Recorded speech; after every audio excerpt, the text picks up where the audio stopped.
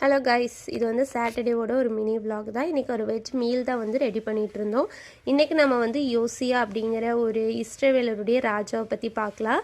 இவர் வந்து 8 வயதிலேயே வந்து ராஜாவாக்கப்பட்டு ஒரு 31 வருஷம் வந்து அவர் ஆட்சி செய்வார். ஸோ இவருடைய ஆட்சியில் பார்த்திங்கன்னா கர்த்தருடைய பார்வைக்கு செம்மையாக நடக்கிறது, தாவீது ராஜாவுடைய வழிகளில் நடக்கிறது அப்படின்னு சொல்லி தன்னை வந்து கர்த்தருக்குள்ளாக கொண்டு போயிட்டு இருக்கக்கூடிய ஒரு ராஜா.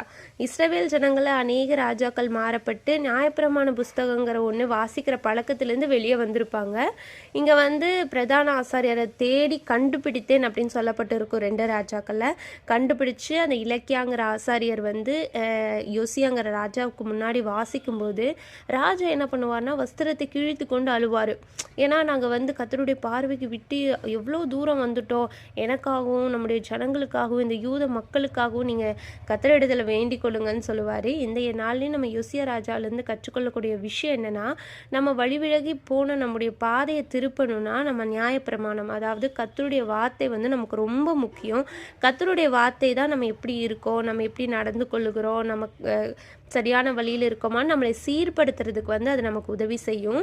இப்போவும் நம்ம இந்த வருஷத்தோட முடிவில் இருக்கோம் இல்லையா, சீக்கிரமாக ஒரு புதிய வருடத்துக்குள்ளே நம்ம போக போகிறோம். நம்மளை சீர்படுத்துகிற அனுபவத்துக்குள்ளே நம்மளை கொண்டு போவோம். ஆமீன். இன்னொரு வீடியோவில் பார்க்கலாம். பை.